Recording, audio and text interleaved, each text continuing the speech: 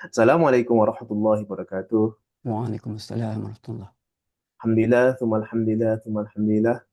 Marilah kita memanjatkan setinggi-tinggi kesyukuran kita ke hadrat Allah Subhanahu Wa Taala kerana dengan limpah rahmat dan kasih sayangnya kita dapat bersama-sama hadir pada majlis ilmu pada hari ini yang bertajuk Membina Keluarga Rabbani. Hadirin yang hadirat yang dirahmati Allah, keluarga merupakan pembentukan masyarakat dan ummah.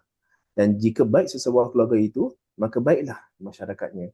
Dan jika baik masyarakatnya, maka baiklah insya-Allah negaranya. Namun dalam dunia hari ini, ramai yang membina rumah tangga hanya berasaskan perasaan dan keinginan duniawi semata-mata. Sedangkan Islam mengajar kita bahawa keluarga adalah jalan untuk menuju kepada Allah Subhanahu Wa Taala dan ridhanya. Sebagaimana firman Allah Subhanahu Wa Taala, "Wa min ayatihi an khalaqalakum min anfusikum azwajan litaskunu ilaiha wa ja'ala bainakum mawaddatan wa rahmah. Inna fi dzalika laayatin liqaumin yatafakkarun." Dan di antara tanda-tanda kekuasaannya, dia menciptakan kamu berpasang-pasangan dan jenis kamu sendiri supaya kamu merasakan tenteram kepadanya dan dijadikannya di antara kamu rasa kasih sayang dan rahmah. Ayat ini mengingatkan kita bahawa matlamat sebuah perkahwinan bukan sekadar hidup bersama, tetapi membina sakinah, mawad dan rahmah, iaitu ketenangan, kasih sayang dan rahmah daripada Allah Subhanahu Wa Taala. InsyaAllah kuliah pada hari ini akan disampaikan oleh Pakcik Rosli Baharum, yang akan mengajak kita supaya kita bermuhasabah, membawa bahawa pembinaan keluarga Rabbani tidak bermula dari pelamin, tapi bermula dengan pembinaan diri dan hati yang dekat dengan Allah Subhanahu Wa Taala. Kerana keluarga yang baik lahir dari individu yang memahami tujuan hidup sebagai hamba Allah dan khalifah Allah Subhanahu Wa Taala di atas muka bumi ini. Mudah-mudahan melalui perkongsian kuliah ini pada hari ini kita dapat mengambil panduan dan pengajaran dalam usaha membina rumah tangga yang bukan sahaja bahagia di dunia, tetapi juga menjadi jalan menuju syurga Allah Subhanahu Wa Taala. Dengan itu, saya menjemput mari kita sama-sama mengikuti penyampaian kuliah ini dengan penuh perhatian dan penghayatan. Jadi saya menjemput Pakcik Rosli Baharum dengan segala hormatnya untuk meneruskan perkongsian dan kuliah ini sambil memperkenalkan diri pada para hadirin. Tafadhal masykurah. Jazakallah khairan. Nada Muqtasim. Assalamualaikum warahmatullah. Alhamdulillahilladzi hadana li hadza wa ma kunna linahtadiya laula an hadanallah. Asyhadu an la ilaha illallah wahdahu la syarikalah wa asyhadu anna Muhammadan abduhu wa rasuluh. Rabbi shrah li sadri wa yassir li amri wahlul 'uqdatam min lisani yafqahu qawli. La haula wa la quwwata illa billahil 'aliyyil 'azim. Alhamdulillah hamdan katsiran thayyiban mubarakan fi. Pertama-tamanya marilah kita merapatkan syukur kita kepada Allah SWT atas segala nikmat yang Allah kurniakan kepada kita, nikmat iman dan nikmat Islam dan nikmat kesihatan dan dapat terus hidup hari ini.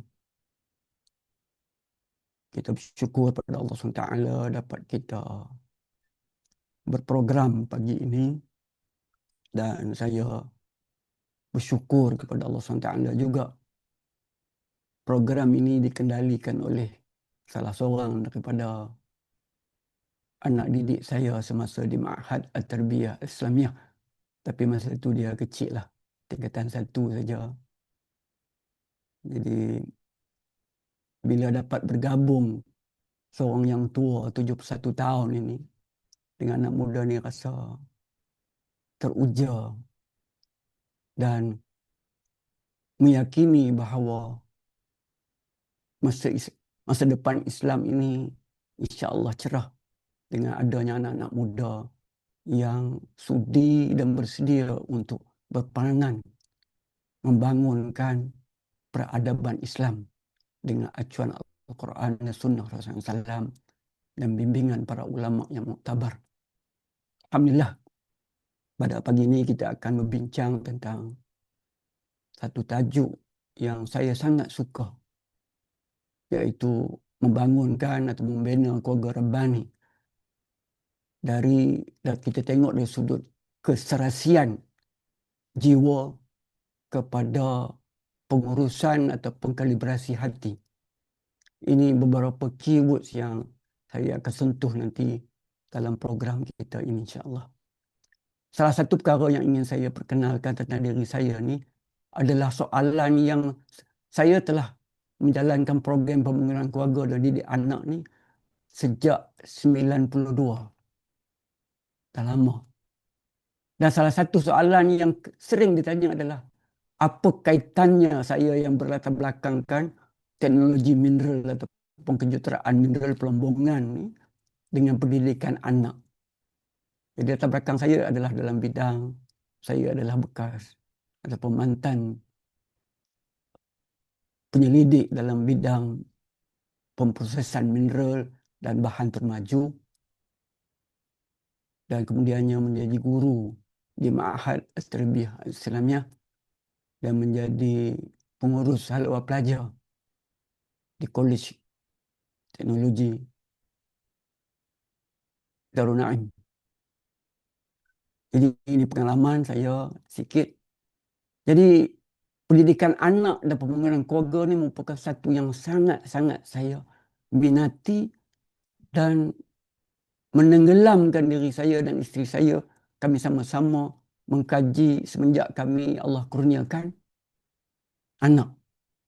Asalnya adalah nak menyiapkan modul untuk mendidik anak kami sendiri. Kerana isteri saya setelah kami kahwin semasa student dan kami buat keputusan, isteri saya setelah graduasi, dia menjadi ibu sepenuh masa. Jadi bila dia buat keputusan tu, kita nak kena bangunkan modul macam mana kita nak bina anak kita. Jadi setelah puluh tahun macam tu, telah berkongsi dan hari ini saya dijemput untuk kongsi tajuk ini. Semoga Allah mempermudahkan, semoga Allah kurniakan manfaat dan kebaikan daripada program kita ini, insya-Allah. Next. Satu yang ingin saya sentuh sebelum kita sentuh slide yang pertama ni adalah apabila kita cakap pasal pembangunan keluarga, selalunya adalah tentang tip-tip ataupun panduan memilih pasangan ataupun bagaimana kita berkomunikasi antara suami isteri dan kemudiannya berkomunikasi dengan anak-anak kita. Ataupun yang lebih serius lagi, yang selalu juga kita hadapi adalah bagaimana menguruskan ataupun menyelesaikan perselisihan faham ataupun istilah berat lagi dia kata konflik dalam rumah tangga. Tapi hari ini saya menganggapkan ini adalah siri yang pertama. Kita akan bincang tentang satu yang lebih asas pada itu, iaitu berkaitan dengan arah dan hala tuju keluarga Muslim. Kerana ramai, majoriti orang yang membina keluarga tapi tak jelas ke mana hala tuju keluarga itu. So, bagaimana pengusi kita kata tadi, banyak kita ikut hawa nafsu kita, kita ikut kawan-kawan kita. Sekarang ni mengikut panduan-panduan media sosial yang kita tak tahu pun siapa yang beri panduan tu. Tidak kita kenali mereka. Dan para ulama tu. Dan lebih parah lagi sekarang ni, orang minta panduan daripada Syekh, ChatGPT dan AI lain. Sampai masalah rumah tangga pun tanya kat ChatGPT. Kan? Jadi kita kesian. Satunya sudah pasti ChatGPT tidak ada hati nurani dan pengalaman. Dia mesin kan. Tapi bila saya akhir-akhir ni, bila saya bercakap tentang parenting, tentang pembangunan keluarga, saya ingin letakkan satu tajuk awalnya tentang realiti kehidupan manusia, khususnya Muslim. Kerana saya meneliti dan para ulama telah menjelaskan bahawa sekiranya kita tidak tahu realiti dunia ni, maka kita tidak tahu bagaimana menguruskan diri kita dan kemudiannya keluarga kita dan mendidik anak-anak kita melalui kehidupan duniawi ini sebagaimana yang Allah kehendaki. Jadi yang pertamanya kita kena tahu tentang dunia ni. Ada satu buku yang sangat baik ditulis oleh seorang penulis yang telah meninggal semasa COVID hari itu, tentang dunia menurut Al-Quran. Masya Allah, seorang tokoh Indonesia, tapi kitab tu ditulis dalam bahasa Arab. Dan diterjemahkan dalam bahasa Indonesia pula. Orang Indonesia tulis kitab dalam bahasa Arab, tapi diterjemahkan dalam bahasa Indonesia balik. Jadi kita nak kena tahu juga, bila kita duduk di dunia ni dan kita sekarang sedang melalui kehidupan di dunia ni apa dia? Yang Allah beritahu kat kita. Jadi dunia ni hakikatnya bukan tempat berehat, tetapi dia adalah ada dua perkara. Dalam slide ni kita sebut satu saja. Iaitu pertamanya adalah dunia ini adalah negeri, ulama guna istilah darul, negeri menunaikan tanggungjawab. Itu perkara yang pertama sekali. Yang keduanya, dunia ini adalah tempat negeri ujian, di mana Allah akan menguji kita, insya-Allah. Next. Next slide, please. Jadi kita tidak hidup untuk hidup, tetapi kita hidup untuk melalui satu kehidupan, menunaikan tanggungjawab kita kepada Allah, menunaikan tanggungjawab kepada ibu bapa kita, menunaikan tanggungjawab kepada pasangan kita bila kita telah berumah tangga, dan menunaikan tanggungjawab kita kepada anak-anak kita, dan menunaikan tanggungjawab kita kepada Muslim yang lain, kepada majikan kita, dan kepada masyarakat, dan juga pada binatang-binatang. Karena dalam hidup ni Allah telah meletakkan garis panduan tentang tanggungjawab. Jadi sebab tu ada ulama menggunakan istilah dunia ni adalah darul hukuk, negeri untuk laksanakan tanggungjawab. Yang keduanya, kita akan diuji dalam melalui tanggungjawab tu dalam kehidupan kita tu. Jadi apabila kita tak faham, kita pasti diuji, kita akan terkejut. Saya ibaratkan ramai manusia ni, khususnya generasi muda, dia macam telah diberitahukan elok masuk universiti. Lepas masuk universiti nanti, kita akan dapat ijazah, dapat kelayakan, kita dapat kerja elok, gaji besar. Tiba-tiba diberitahu pula ada ujian, ada tugasan, ada ujian, ada peperiksaan. Kalau gagal, tak boleh graduasi ataupun disingkirkan. Dia kata, ingatkan senang saja masuk universiti ni. Jadi macam tu. Kita tak sangka kita akan diuji dalam pelbagai sudut. Dan bila diuji, kita akan tanya, why me, why me? Kenapa aku diuji dan sebagainya. Allah dah tetapkan. Dunia ni dia akan uji, insya-Allah. Jadi bila hidup kita tidak memahami perkara ni, hidup kita akan tersasar. Dan bila kita tak tahu keutamaan pula dalam hidup ini, sebab kita tak tahu hakikat dunia ni, maka keutamaan kita pun akan tidak jelas dan kita akan tersasar jauh daripada apa yang Allah kehendaki. InsyaAllah. Next. Jadi ayat ini para ulama bila sebut saja tu, antara ayat yang Allah sebut tentang ujian ni adalah a'udzubillahi minasyaitonirrajim allazi khalaqal mauta wal hayata liyabluwakum ayyukum ahsanu amala. Dialah yang menciptakan mati dan hidup untuk menguji kamu siapakah yang terbaik amalnya. Surah Al-Mulk ayat 2. Dan ada ayat-ayat lain yang Allah sebut, tapi kita nak fokus ayat ni dulu, insya-Allah. Next. Jadi apabila kita ada setting, kita punya pemikiran kita, kefahaman kita, kita akan lalui ujian pelbagai sudut. Maka kita akan bersedia dan kita akan melihat Al-Quran dan Sunnah Rasulullah SAW bagaimana kita akan lalui hidup yang banyak ujian. Jadi itu sebagai mukadimah, sebagai kita punya setting kita. Kemudian saya ingin kongsikan pandangan saya setelah saya rumuskan lebih 30 tahun.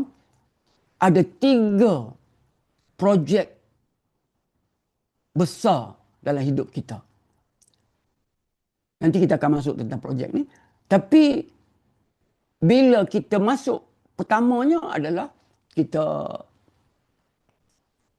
dituntut untuk menjadi hamba Allah dan menjadi hamba Rabbani. Itu projek paling utama. Kita berumah tangga, tak berumah tangga, kita dituntut oleh Allah SWT untuk menjadi hambanya. Wa ma khalaqtul jin wal ins illa liya'budun. 51-56. Dan ada syarah yang luas sungguh. Allah jadikan kita untuk apa. Itu yang pertama. Yang keduanya, fitrah kita mendesak, menuntut kita supaya membangunkan keluarga. Jadi, bila kita nak bangunkan keluarga, hendaklah keluarga itu keluarga yang rabbani. Keluarga yang sebagai mengikut acuannya Allah kendaki. Jadi, langkah pertama dalam membina keluarga rabbani adalah hidup mesti berorientasikan akhirat. Hati dan fikiran terfokus kepada akhirat yang sebenarnya kehidupan itu. Kehidupan di dunia ini adalah satu perjalanan saja menuju akhirat kita, insyaAllah. Next. Jadi, macam saya sebutkan tadi, bila kita berhajat sebagai fitrah yang Allah bekal pada kita, hajat berkeluarga. Bila kita ingin membangunkan keluarga, kita kena tengok apa panduan yang telah Allah letakkan pada kita. Next, insyaAllah. Satu yang kita ingin tanya, bila kita nak berumah tangga, nak berkeluarga, ke arah manakah rumah tangga kita tu? Yang ni saya rasa ramai kita tak buat. Kalau buat pun tidak jelas. Kita tidak guna istilah orang tua kata, tak mengaji tentang arah tuju hidup kita tu satu. Ke arah mana kita nak bawa keluarga kita. Saya dapati sebahagian daripada masyarakat kita ni memang keluarganya free falling. Dalam keadaan kita panggil autopilot penyemut. Jalan saja tanpa dia pause pun. Tanpa dia berhenti sekejap. Semak balik. Tengok peta. Kita ni dalam perjalanan ke mana? Betul ke tak betul perjalanan kita ni? Tak sempat. Dan satu tajuk lain pula lah. Bagaimana hati dilalaikan dengan pelbagai rangsangan. Sampai kita tak sempat nak fikir, nak pause hidup kita tu. Berhenti sebentar. Untuk menilai semula, insyaAllah. Next.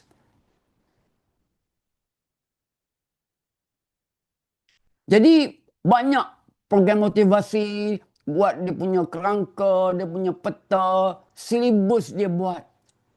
Tapi, pengalaman saya yang dah berumah tangga, saya kahwin masa student kan, dan berumah tangga ni sudah 45 tahun. Alhamdulillah. Isteri masih satu lagi. Macam mana buku, antara buku yang paling laris ditulis oleh Cahyadi Takrawan adalah Bagaimana Bahagia dengan Satu Isteri. Dan yang menariknya buku tu ramai dibeli oleh kaum wanita. Nak dihadiahkan pada suami mereka. Nak bahagia dengan satu isteri. Dan saya masih lagi satu isteri lah, insyaAllah. Jadi bukan silibus, bukan apa. Walaupun itu perlu. Kita kena tahu dia punya roadmap dia, peta perjalanan, panduan-panduan. Dan puluhan buku saya baca. Berkaitan dengan pendidikan, pembangunan keluarga, suami, isteri, didik, anak dan sebagainya. Selama 30 berapa tahun. Macam tu. Malah dia bermula dengan tahun 88 lagi. Bila kami rasa anak dah 3, kami masih tak pandai nak didik anak. Sebab tu, dalam slide saya ni tuliskan, perkara yang pertama sekali, yang paling penting sekali adalah arah hati dua insan, suami dan isteri tu. Sebab tu saya sebutkan kalibrasi hati nanti kan. Apabila hati mesti dikawal, mesti diuruskan agar hati itu tetap kepada akhirat dan kedua-dua hati itu terikat dengan akhirat itu. Dengan matlamat akhirat. Nanti kita akan bincang ada 3 ayat 21 yang sangat penting dalam pembangunan keluarga. Saya belum jumpa lagi ulama yang mengaitkan 3 ayat 21 ni. Tetapi sudah pasti bukan satu kebetulan. Surah An-Nisa ayat 21, surah Ar-Rum ayat 21 yang dibaca oleh pengurusi kita tadi, dan penghujung rumah tangga itu surah At-Tur ayat 21. Masya Allah. Hanya Allah saja boleh susun formulir yang ataupun langkah-langkah ataupun anak-anak tangga dalam pembangunan keluarga ni yang bahagia sebenarnya di dalam Al-Quran. Next, insyaAllah. Jadi ini memang kita faham, jika arah berbeza takkan sampai bersama. Sedangkan kita berhajat, kita dengan pasangan kita, suami dan isteri dan anak-anak, semuanya sebagaimana disebutkan dalam surah Al-Tur ayat 21 tu. Allah khabarkan kepada orang yang beriman dan zuriat mereka yang mengikuti mereka dalam keimanan, Allah akan berikan mereka syurga. Ini target masuk syurga bersama tu. Bukan kita di dunia ni bercuti bersama, seronok dan tiba-tiba di akhirat kita tak sampai bersama-sama kan. Next, insyaAllah.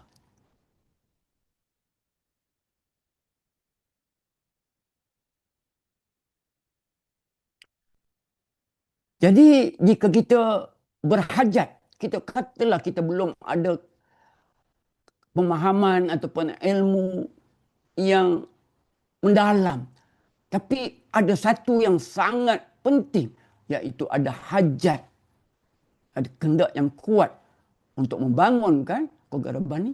Kita kena mula daripada asas dia, iaitu apa dia? Next, insyaAllah.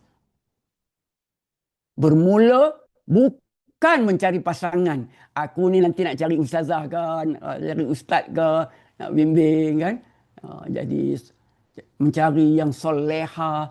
Kita semua nak ready made kan. Semua benda nak ready made. Kita tidak mahu. Sebab tu kita keluar sikit daripada tajuk ni kan. Salah satu perkara, oleh kerana saya dalam bidang mineral, dalam bidang bahan temaju kan, saya berfikir tentang kita punya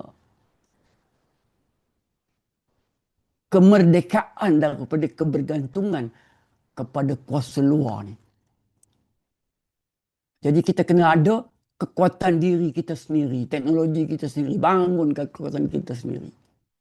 Mungkin daripada sudut tu saya rasa research dibuat untuk kita ada kepakaran. Wa'a'iddu lahum mastata'tum min quwwah. Hendaklah kita buat siap sedia. Bukan untuk melawan orang, tapi untuk musuh rasa gerun. Begitu juga bila kita nak bangunkan keluarga Islam, kita bukan mencari dalam pasaran ni, dalam masyarakat ni yang dah siap. Cari yang dekat tahfiz ke, ada sekolah agama, kita rasa macam tu. Tetapi kita lupa, keluarga Rabbani ni bermula dengan pembentukan diri hamba Rabbani. Suami melalui proses secara rela, secara bersungguh, secara ikhlas nak menjadi hamba Rabbani. Saya membaca buku Menjadi Hamba Rabbani oleh Dr. Majdi Al-Hilali ni tahun 99 tahun 2000 mungkin macam tu. Dan masih lagi baca buku tu. Terutama sekali dalam satu bab, bukan bab lah, satu daripada muka surat tu, surat oleh seorang pemuda kepada Imam Hasan al-Banna. Adakah anda kenal seorang pemuda yang telah kehilangan hatinya? Ungkapan tu sangat menyentuh hati saya. Jadi kita akan tengok nanti antara resepi anak tangga nak bina keluarga Rabbani ini adalah memiliki hati yang menuju qalbun salim walaupun belum memilikinya. Jadi kita nak kena bina diri kita dulu, insya-Allah. Next.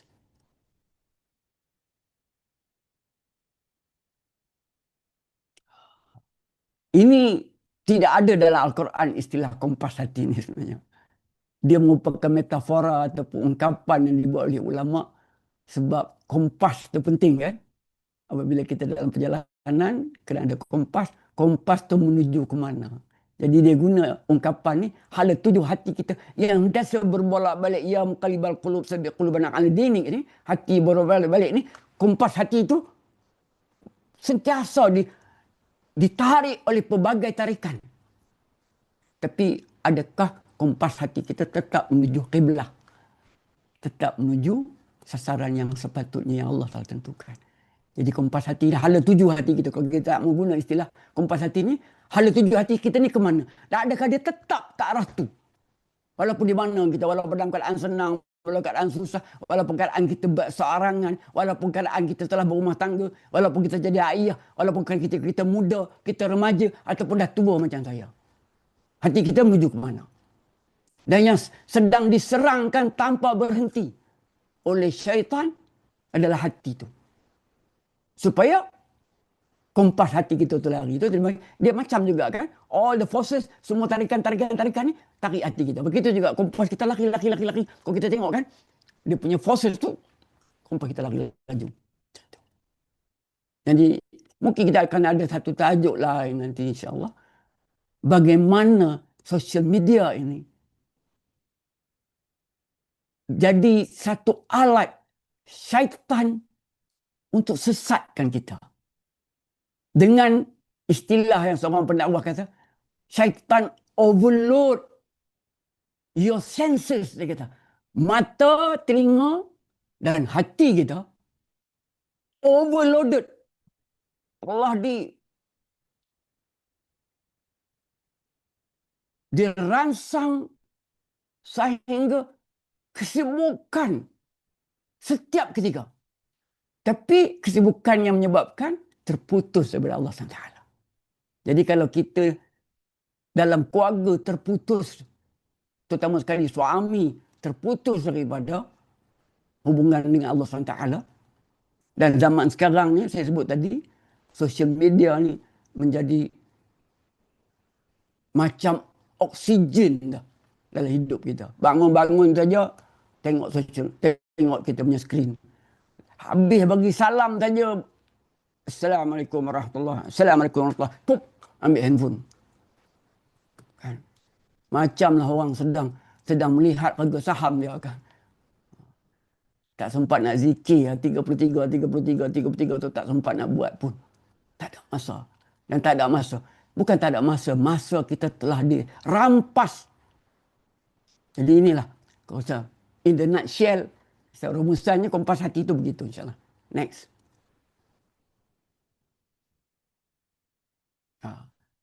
Ini kita cakap dah. Dunia atau akhirat. Siapa hati dia tetap menuju akhirat. Walaupun kaki dan jasad dia semua di atas dunia ni. Memang kita hidup dunia. Tapi hati kita di akhirat kan tak. Kadang-kadang saya terfikir. Antara selain daripada bidang rumah tangga dan keluarga ni. Antara bidang saya minat adalah sirah. Sirah Rasulullah SAW dan sirah para sahabat. Bila saya renung balik sebahagian daripada peperangan yang dihadapi oleh para sahabat ni. Contohnya perang Yarmouk. 30,000 lawan dengan 100,000 lebih. Ada yang kata 200,000. Kita anggaplah 100,000 lebih lah. Tentera Romawi. Saya guna pendekatan Dr. Hisham Al-Awadi, dia kata. Dia suka projekkan peristiwa tu di depan mata dia macam depan skrin, dia kata. Saya sedang menonton tentera Islam di satu sudut dan tentera Romawi satu sudut. Apa yang sedang dirasai oleh para sahabat tu? Tengok musuh pada ketika itu yang paling kuat kuasa dunia. Bagaimana dia nak berdepan dengan keadaan itu? Ha. Kalau dia tidak ada keterikatan dengan akhirat, kalau dia tidak benar-benar yakin tentang ganjaran syurga, dia fikir sebahagian daripada hati itu, fikir pasal dunia, kalah dah. Tak boleh berdepan dengan realiti itu. Kan? Next, insyaAllah. Jadi tak apa, kita boleh skip insyaAllah. Ini yang saya sebut tadi kan. Bila kita nilai balik hidup kita, saya rumuskan hidup kita ni ada 3 projek besar. Pertama kita sebut tadi dah kan. Pertama, mau tak mau, siapa pun kita, kalau kita nak jadi Muslim yang sebenarnya, kita perlu membina diri kita melalui proses pembinaan diri menjadi hamba Rabbani. Next.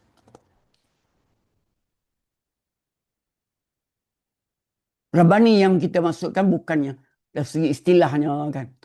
Saya rasa kumpulan nasyid Rabbani itu telah memperkenalkan istilah ni dan mempopularkan, tapi ramai tak faham pun. Kalau sebut Rabbani dia ingat nama kumpulan nasyid tu kan. Dia tak faham pun. Jadi ini bukan masalah istilah dia. Next, insyaAllah. Rabbaniyah ini adalah ayat daripada ayat Al-Quran yang Allah berikan arah hidup untuk kita.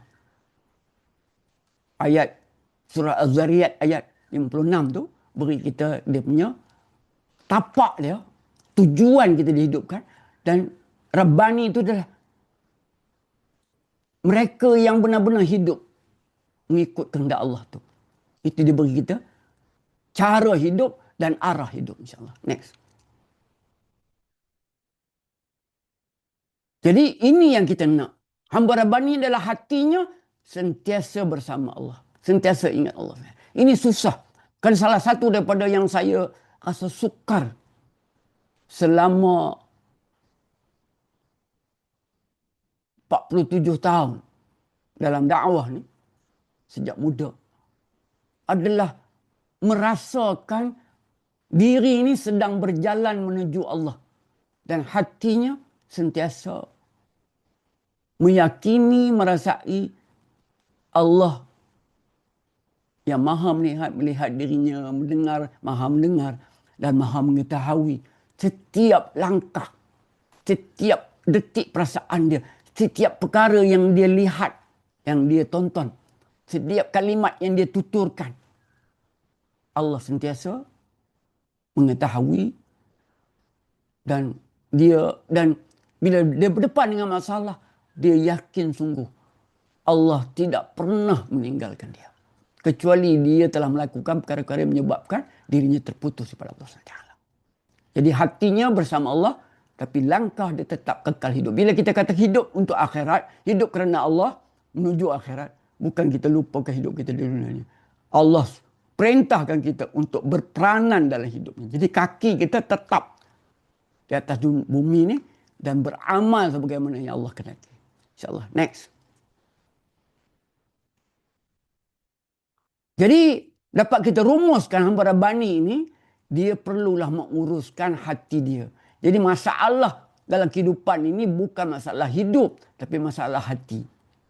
Bila kita teruji, yang teruji itu adalah hati kita. Walaupun ditusuk duri, walaupun kehilangan benda, walaupun keletihan.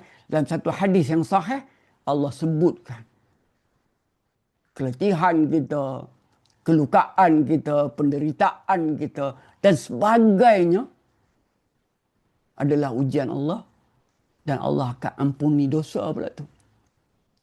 Sebab tu kenapalah ayatul kursi itu adalah ayat paling agung sekali. Sebab Allah cerita berkaitan dengan diri dia dan bagaimana Allah menguruskan alam ni. Sebagaimana dirumuskan oleh dalam buku Ustaz Hafizul Faiz tu, dia kata Allah tetap bersama aku tu kan. Allah tetap menjaga aku. Sebab tu Allah bagi tahu Allah tidak ngantuk, Allah tidak tidur, Allah tidak letih. Allah uruskan alam ni. Kita tak ada apa lah. Kan? Setiap detik hidup kita tu. Kita yang nak kena rasakan benda ni. Jadi masalah dia bukan masalah kehidupan. Masalah dia adalah masalah hati kita. Bagaimana kita berurusan dengan ujian-ujian Allah dan episod-episod kehidupan yang kita lalui itu, insyaAllah. Next.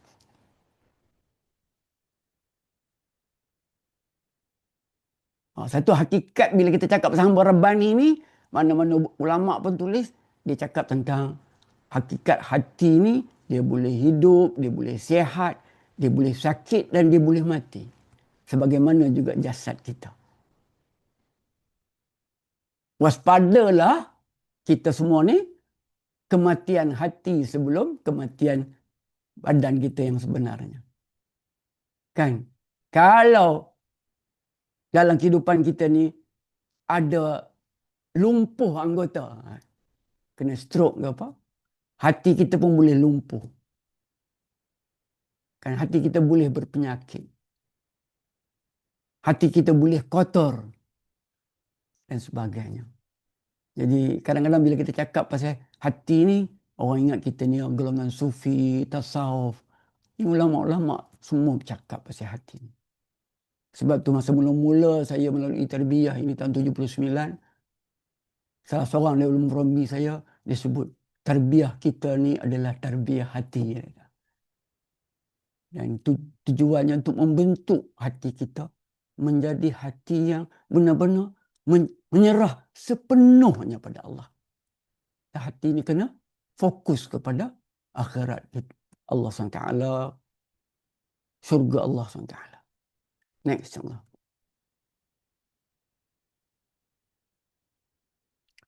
Satu yang kita boleh rumuskan tentang hati yang hidup ni adalah hati yang hidup ini dia mudah menerima kebenaran dan mudah taat pada Allah SWT dan mudah melakukan perkara-perkara yang Allah suka.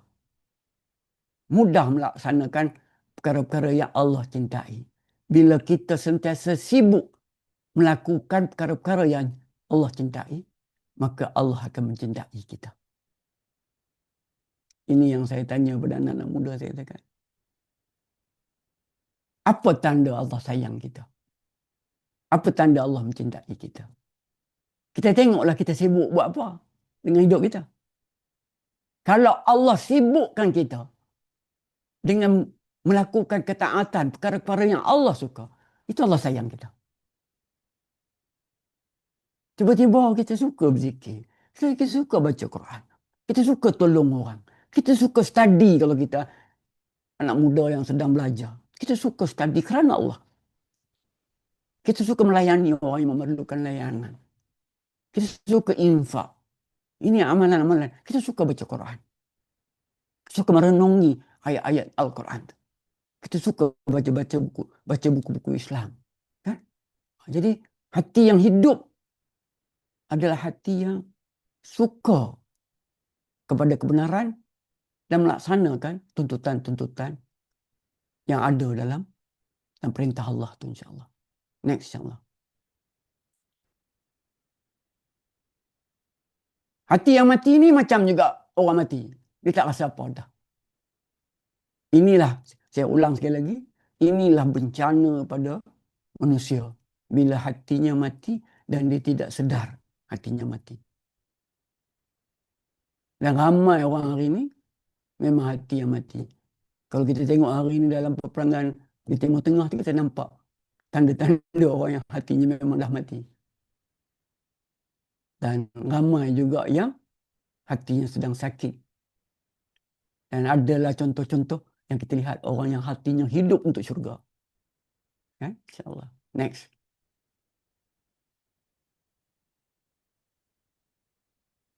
Daripada kita, setelah kita bukan selesai, diri kita sedang melalui proses pembinaan diri kita itu, kita sampai pada fasa kita nak berumah tangga. Jadi kita masuk kepada fasa projek kedua, iaitu membangunkan keluarga Rabbani. Dan ada ciri-cirinya pula. Mungkin untuk siri akan datang ada penceramah yang akan menyentuh perkara ini. InsyaAllah. Next. Jadi perkahwinan itu menyatukan dua jiwa sebelum jasadnya. Nanti kita akan bincang, kalau sempat insya-Allah kita 1 jam lebih saja, penyelarasan hati itu dan kepadanan jiwa tu, ataupun orang kata kufu dia. InsyaAllah kita akan masuk sikit tentang kufu ni. Tentang sebab perjalanan rumah tangga itu adalah perjalanan dua jiwa. Kalau diselaraskan kepada fokusnya akhirat, fokusnya adalah mardatillah, keridaan Allah, kecintaan Allah, maka perjalanannya walaupun digoncang dengan pelbagai masalah. Masalah kemiskinan, masalah kewangan, dan ada banyak dimensi masalah anak. Kita berhajatkan pada anak, tiba-tiba Allah bagi anak yang istimewa. Tergoncang hati kita tu. Anak yang kita hajati tu tiba-tiba dia istimewa. Pelbagai bentuk keistimewaan pula lah. Dan saya pun Allah uji. Bukan pada anak, pada cucu. Yang mana kita laluinya. Itu sebelum tu pula, kita ada expectation. Ada satu hajat pada pasangan kita. Tiba-tiba dah kahwin berapa bulan, setahun, 2 tahun, Allah tengok. The real person. Bukan waktu kita hari perkahwinan tu tangkap gambar kan. Orang semua pun tangkap gambar, tangkap happy semua kan. Itu dia punya wedding, bukan dia punya marriage kan. Habis semua kenuri kenara, habis all the sweet tu, jumpa the real person. Tapi yang nak mengekalkan dan membawa kepada kebahagiaan itu adalah bila hati yang disatukan tu sedang menuju hala tuju yang sama, iaitu mardatillah. Ini bukan mudah, ini bukan konsep teori yang tergantung-gantung dia ke awangan. Memang ada contoh dalam hidup kita.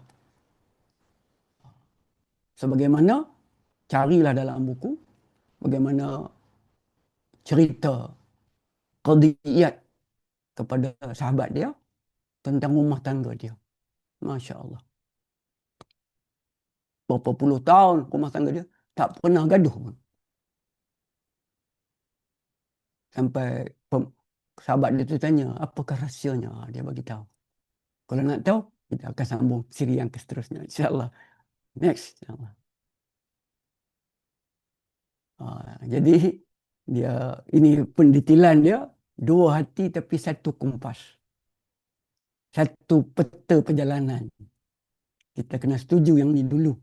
Walaupun dia bangsa apa, walaupun dia keturunan apa, rupa dia macam mana. Tetapi, walaupun dari segi akliahnya berbeza, kemampuan dia graduate, dia ada PhD, dia ada apa dan sebagainya. Dia orang Jawa, dia ni orang Banjar, dia ni orang Nigeria ke apa. Sebab tu kita tengok tentang Ummu Aiman kahwin dengan Zaid bin Harisah, kata kan. Beza umur. Kemudian bagaimana rumah tangga tu, dan melahirkan Usamah bin Zaid pula. Dan ada banyak contoh lain lagi. Sebab tu saya sebut, saya suka baca sirah-sirah ni, kehidupan ni. Rumah tangga pun sudut juga, baca rumah tangga. Memang misali untuk kita, insyaAllah. Next.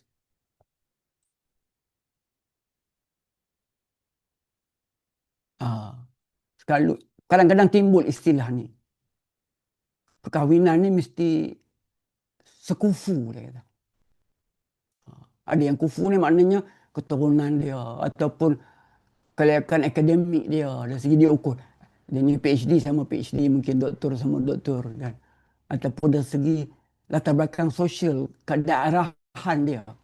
Jadi kufu bukan sekadar kerasian luaran. Next, insyaAllah. Tetapi kesatuan fikrah. Fikrah ni maksudnya adalah pemahaman kita tentang Islam itu dan tentang kehidupan tu. Bukan fikrah daripada sudut dakwah. Tapi fikrah dari sudut pemahaman kita tentang tauhid, tentang ibadah, tentang kehidupan dunia ni, tentang akhirat kita. Itu paling utama. Dan misi hidup kita membangunkan peradaban Islam. Kalau kita sampai level itu, masalah yang kita sedang diuji itu, dia jadi kecil dan kerdil. Sebab kita ada misi besar. Kalau kita sedang menuju satu benda yang penting, ditusuk duri kita. Kecil lah. Sebab tu orang kata, saya ni ahli sokan. Satu lagi saya tak cerita, saya ahli sokan. Yang bila kita main bola contohnya, minit ke 89 ataupun minit kalau ada masa tambahan 120 minit, minit ke 115 kata. Letih sangat dah. Tapi apa yang menyebabkan ada orang lari pantas sungguh mengejar bola pada minit-minit terakhir tu? Kerana dia ada misi dia. Dia ada iradah, kehendak yang kuat untuk menang. Jadi, kefahaman kita tentang akhirat tu tuan sekali akan menggerakkan kita untuk perah segala kudrat kita, pemikiran kita, harta benda kita untuk menuju akhirat tu. Dan perkara lain semua kecil. Ya kita tadi, letih itu kecil. Kan masalah sama-sama kawan teman-teman dalam padang kecil. Dibentis oleh lawan itu kecil. Sebab tujuannya adalah untuk menang. Kan? Di situlah membezakan antara orang yang jelas misi dia dengan orang yang kabur. Yang kabur dia akan lihat masalah. Yang duri yang tikam dia tu pun dia rasa besar sungguh masalah dia. Walaupun teorinya begitu kita rasa, tapi bila kita betul-betul teruji katakan. Saya mesti ya, Ananda Muqtasim nak cerita sikit kan. Bila kita cakap pasal dunia, cakap akhirat ni, minta izin sikit Pak Cik cakap katakan. Bila kita cakap macam ni, senang. Tapi kita cakap pasal rugi lah. Kenapa tinggal solat berjemaah bagi lelaki khususnya? Kita rasa tak rugi sebagaimana hilangnya RM1,000. Allah terlepas solat jemaah asar semalam. Tak dapat dah balik dah asar tu. Asar akan datang dah salahin dah. Ya? Kenapa rasa rugi perkara-perkara duniawi ni sangat-sangat kita rasakan. Tetapi perkara-perkara ukhrawi ni, perkara-perkara akhirat ni, rugi dia kita tak rasai ataupun tak ambil peduli pun. Sebab tu bila kita tengok surah Al-As, semua manusia ini sedang melalui kerugian. Dia bukan telah berlaku kerugian, akan berlaku kerugian. Tapi ayat Al-Quran itu jelaskan oleh ulama dalam tafsir sedang melalui kerugian. Tapi kita rasa dah hidup kita sekarang dalam keadaan rugi. Jadi kita nak balik kepada kita ni, kita nak kena ada kesatuan, kepahaman dan hala tuju hidup. Kesatuan misi hidup. Ini yang kita katakan kesatuan fikrah ni, insyaAllah. Next.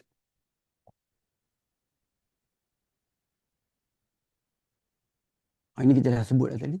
Adakah sama? Kalau tak sama, lama rumah tangga ni dia akan drifted. Dia akan semakin jauh, semakin jauh. Lepas tu ujian rumah tangga ni apabila lepas 10 tahun dan sebagainya, dah terasa dah. Kita drifted away. Dia semakin jauh, semakin jauh. Sebab hala tuju hati itu tidak sama. Kan? Ini penting sangat. Saya dengar dah banyak masalah rumah tangga. Antara puncanya, tidak ada hala tuju kehidupan yang sama antara suami isteri ini, insyaAllah. Next, insyaAllah. Ah. Apabila fikrah kita, apabila pemahaman kita tu berbeza, tidak sama, keputusan akan bercanggah. Jadi susah nak cari kesepakatan. Terutama sekali dalam nanti macam mana nak besarkan anak tu. Apa fokus keluarga. Nanti nak masuk anak sekolah mana pun kita akan berbalah. Kita akan ikut pandangan masyarakat, tengok konsultan ni, tengok orang ni, tengok macam-macam panduan sekarang. Pelbagai panduan kecuali panduan dalam Quran. Yang kita tak ikut. Kan? Saya sebut tadi kan? Tanya juga. Wahai ChatGPT, sekolah mana yang paling sesuai untuk anak saya? Katakan. Kita macam tu. InsyaAllah. Jadi, bukan bercanggah. Saya sebut tadi kan, bukan keluarga saya dan isteri saya ni pasangan paling baik. Tapi selama-lama kami ni, hala tujuannya Allah kekalkan sama. Jadi keputusannya sepakat. Hantar anak sekolah ni, okey. Hantar anak kemudian mendengar dekat materi. Semuanya. Kita akan biayai semua anak-anak kita di IPT tanpa pinjaman. Hidup kita adalah kadar saja. Tapi anak tidak ada hutang. Kita buat keputusan. Setuju. Susah hidup. Memang susah lah. Masa kahwin, masa student apa pun tak ada kan. Jadi kita dapat hal itu jelas. InsyaAllah.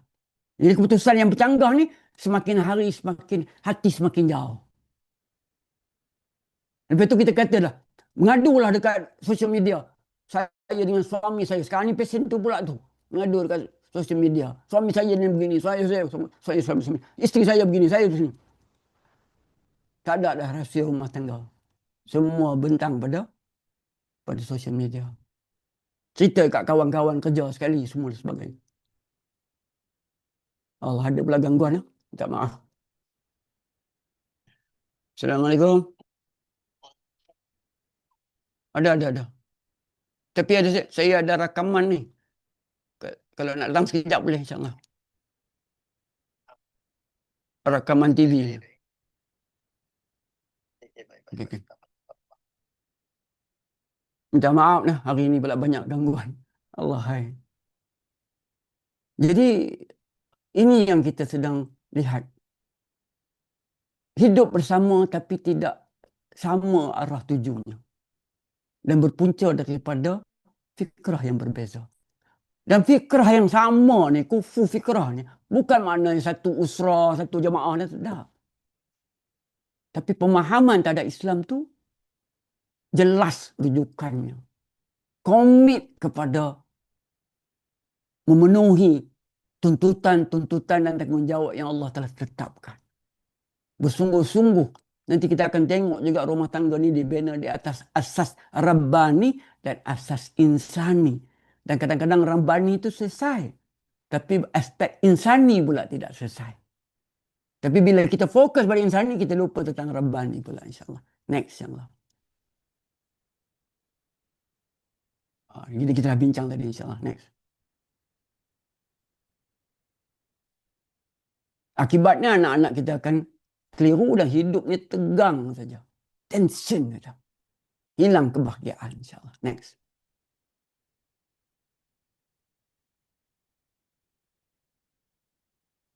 Ini yang saya sebut tadi kan. Kalibrasi hati atau penyelarasan hati, insyaAllah. Next.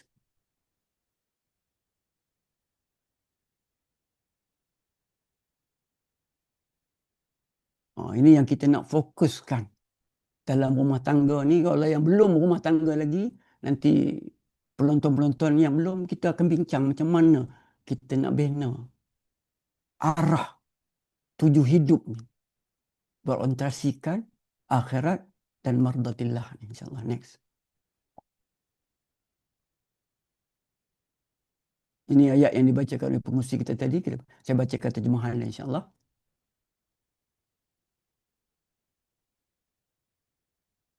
Ini kita tengok ayat ni, kita tahu dah. Dan memang dekat kad kahwin, gaji jemputan semua jadi ayat ni semua kan. Tapi tidak tengok makna dia yang sebenarnya. Kita akan lihat lepas insyaAllah. Ini sampai orang kata rumah tangga samara. Mereka tiga tunjang. Seolah-olah itu saja dalam rumah tangga ni kan. Tapi kita tengok, dia merupakan step-step juga. Sakinah ni, mawaddah ni dan rahmah tu. Dan kita kena fahami benda ni. Benar-benar tengok dalam tafsir, minta kita ikuti penjelasan oleh para ulama tentang hakikat ini, insyaAllah. Next. Memang sakinah ni ketenangan jiwa. Ini satu yang Allah kurniakan pada orang yang beriman. Tapi next insyaAllah, ketenangan yang datang daripada apa? Nanti kita akan bincang. Kemudian mawaddah ni cinta yang hidup. Bukan benda yang statik. Hidup dan berkembang. Nanti kita akan bincang lagi insyaAllah. Next. Yang ni yang kadang-kadang dia jadi sama ranya tak ada. Bila rumah tangga itu ada kegoncangan, ada masalah dan sebagainya. Kasih sayang yang bertahan. Sifat rahmahnya kita tu pada pasangan kita tu. Kita tengok kekurangan diri dia, kita tengok ada ketikanya dia melakukan sesuatu atau mengatakan sesuatu yang kita tidak selesa. Tapi kita lihat kebaikan dia.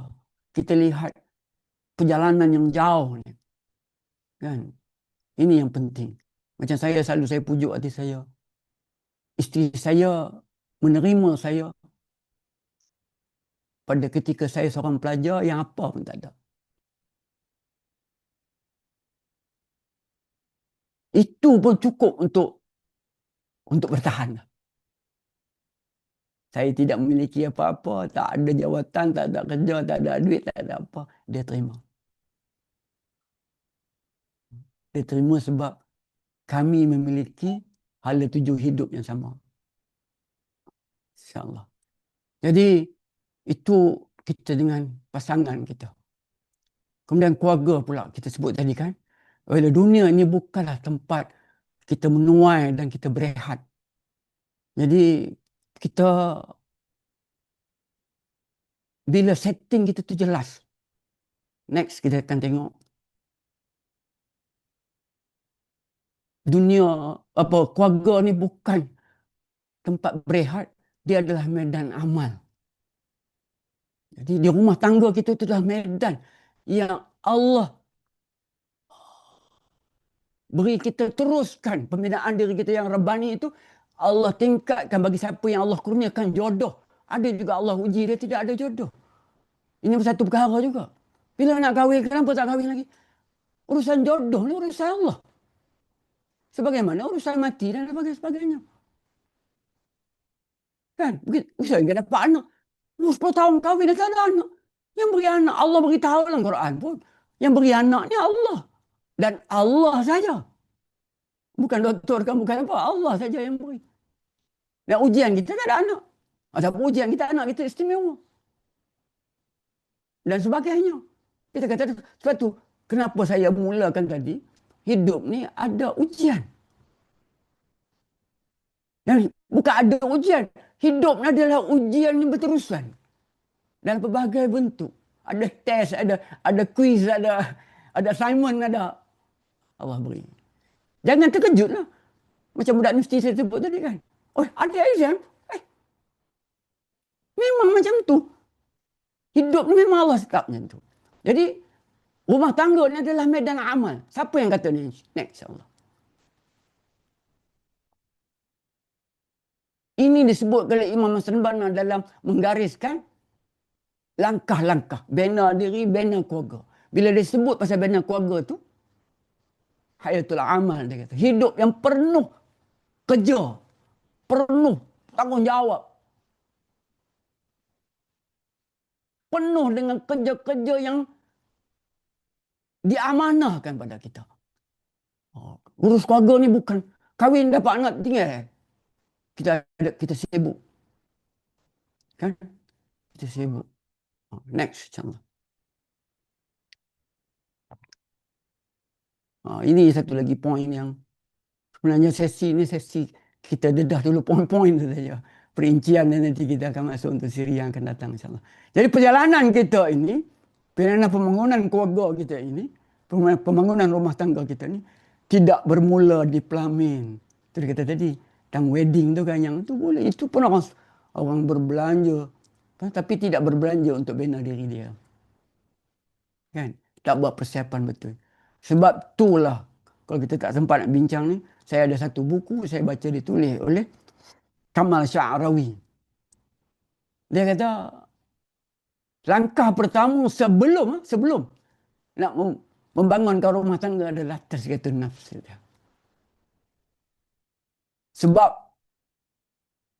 ada orang yang salah faham, bukan ada orang, ramai orang salah faham, dia akan jadi baik lepas dia kahwin. InsyaAllah dia nanti dah kahwin, nanti dia jadi baik.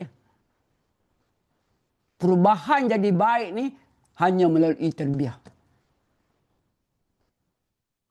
Bukan sebab dia kahwin. Kalau dia malas, lepas dia kahwin pun dia malas ke? Mungkin dia rajin sikit je. Kalau dia malas solat, dia susah juga tiba-tiba nak jadi orang yang menekuni, bersungguh-sungguh, ikhlas solat. Dia kena lalu proses tu. Sebab tu dia katakan perjalanan membangunkan rumah tangga ni, keluarga Rabbani ini tidak bermula di pelamin, dia bermula di mihrab. Di tempat sujud kita. Ini para suami, para isteri, di sini mula dulu. Bukan memilih calon dulu. Menjadi hamba Allah dulu. Kalau dah kahwin pula, macam pengurusi kita ni, dah ada anak. Dilamakan lagi sujud kita. Sebab sekarang ni nak kena doa, isteri, doa anak-anak, doa mak ayah kita pula. Dulu doa diri kita dengan mak ayah kita saja. Kemudian sekarang ni doa pasangan kita. Kemudian doa anak-anak kita pula. Macam saya pula, doa mak ayah, doa isteri, doa anak-anak, doa cucu-cucu pula. Dan doa guru-guru kita. Sebab tu orang-orang alim sujudnya lama. Dan dia rasa nikmat sujud pula. Waktu yang paling dekat dengan Allah. Waktu yang paling sesuai untuk mengadu kepada Allah SWT. Di sinilah kita. Di sinilah tempat mulanya pembinaan rumah tangga tu insyaAllah. Di tempat sujud kita insyaAllah. Next. Ini yang pengaruh buku-buku, pengaruh movie dan sebagainya kan. Jadi perkahwinan ni cinta, cintun. Bukanlah kita tak ada. Sebab tu kita katakan samara tu kan, sakinah, mawaddah, rahmah tu ada cinta. Saya ada beberapa buku pasal cinta saja dalam Islam, dalam rumah tangga ni. Memang tajuk cinta, memang. Tu. Ibn Qayyim tulis buku tentang cinta ni tebal. Taman orang jatuh cinta. Tapi cinta yang tumbuh daripada ubudiyah, cinta yang tumbuh daripada kesedaran dia ada tanggungjawab yang Allah letakkan dia dalam perjalanan yang balik pada Allah SWT. InsyaAllah. Next.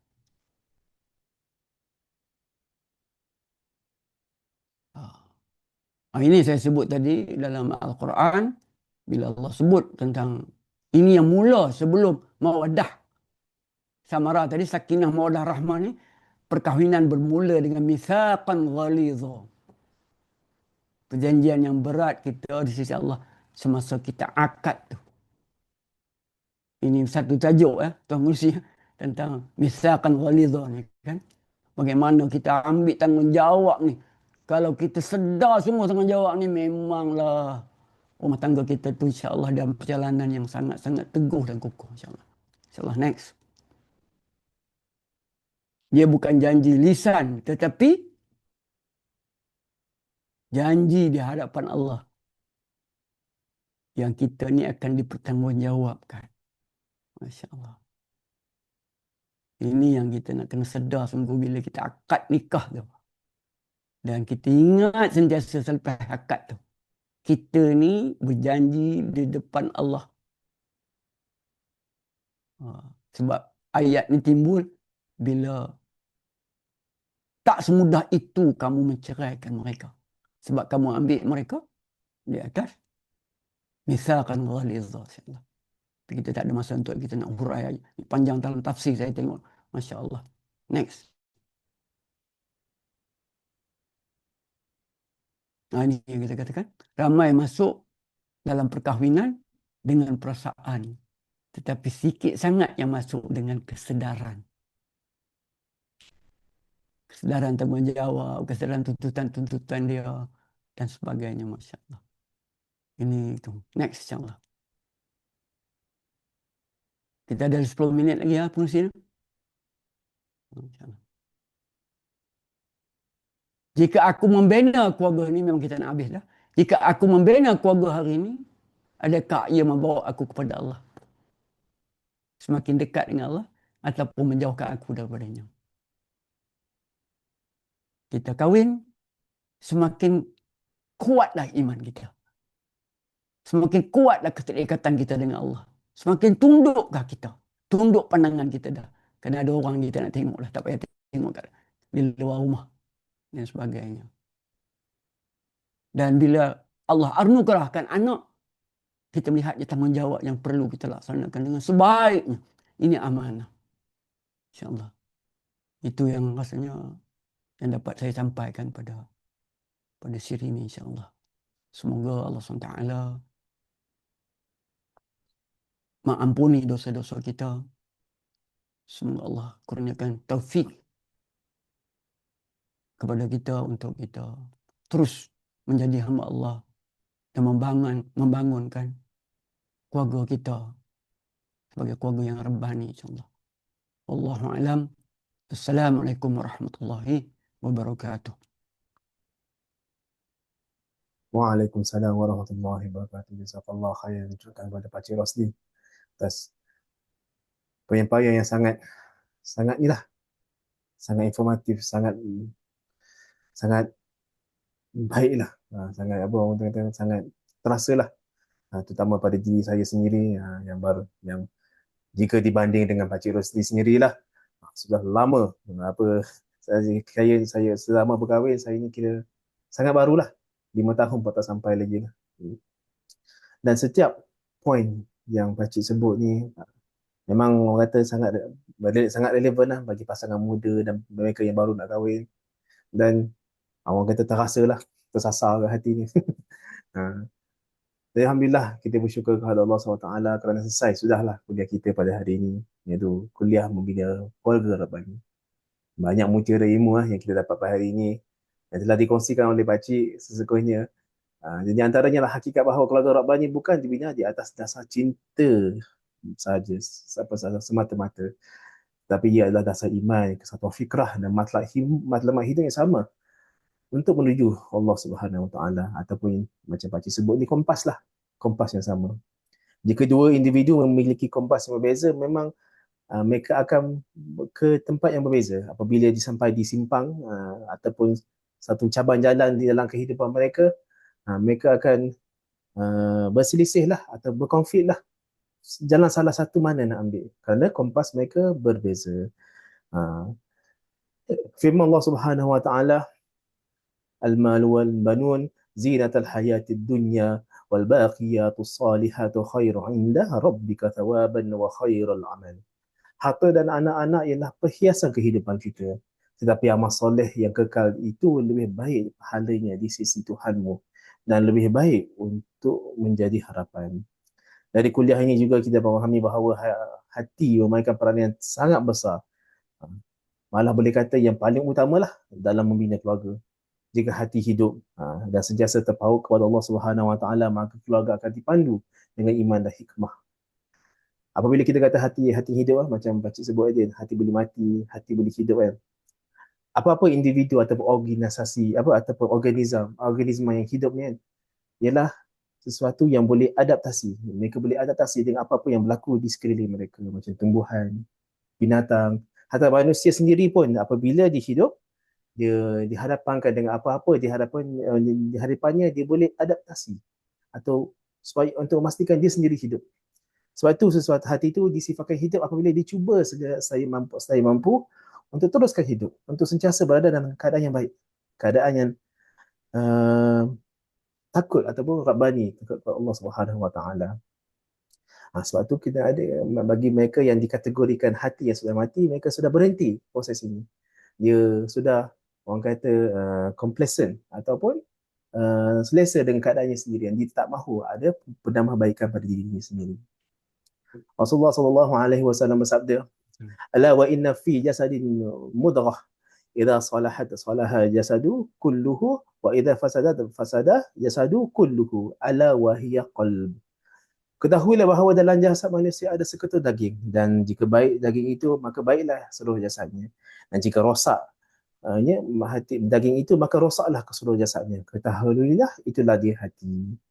Oleh itu, hatilah memainkan peranan yang sangat penting dalam dalam pembinaan keluarga Rabbani. Apa-apa pun dia bermula dengan diri kita sendiri. So, jadi macam pasti sebut je lah. Kita tak perlu sebut lagi lah tentang pemilihan calon, pemilihan isteri ataupun mencari calon yang sebagaimana. Kerana usah nak buat lah kalau tak ada perasaan untuk membaiki diri sendiri dulu. Macam pakcik jaga nak yang pre-made, dah ready-made kan. Nak yang ready-made yang dah siap depan kita. Kita nak yang dah ready lah. Kita tak ingin ataupun tak nak bersusah payah untuk membina sama-sama. Tadi macam pakcik sebut tadi, ada 2 projek utama lah dalam pembinaan keluarga Rabbani. Adalah yang pertama, projek pertama adalah untuk menjadi hamba yang Rabbani terlebih dahulu. Yang kedua adalah untuk membina keluarga Rabbani. Jadi ini 2 proses yang sangat utama, yang paling utama. Dan setiap satu proses tu sangat panjang lah. Sangat panjang. Menjadi hamba yang Rabbani ataupun membina hati ni adalah satu proses yang panjang daripada akhir balik ataupun dari kecil sampai ke mati. InsyaAllah. Jadi pihak penganjur, saya merakamkan setinggi penghargaan dan kasih kepada pakcik atas penyampaian yang sangat menyentuh hati dan penuh manfaat ini, serta seluruh hadirin yang dapat bersama melihat ragaman ini. Semoga Allah memberkati kehadiran anda semua, dan semoga Allah mencurahkan ilmu dan kesedaran dan hidayah lah untuk menjadi hamba yang Rabbani sekaligus membina keluarga yang Rabbani, insya-Allah. Sekian sahaja daripada pihak kami. Wabillahi taufiq wal hidayah. Assalamualaikum warahmatullahi wabarakatuh. Waalaikumsalam warahmatullahi. Tolong edit lah mana-mana yang terkeluar tadi tu. InsyaAllah. Sebenarnya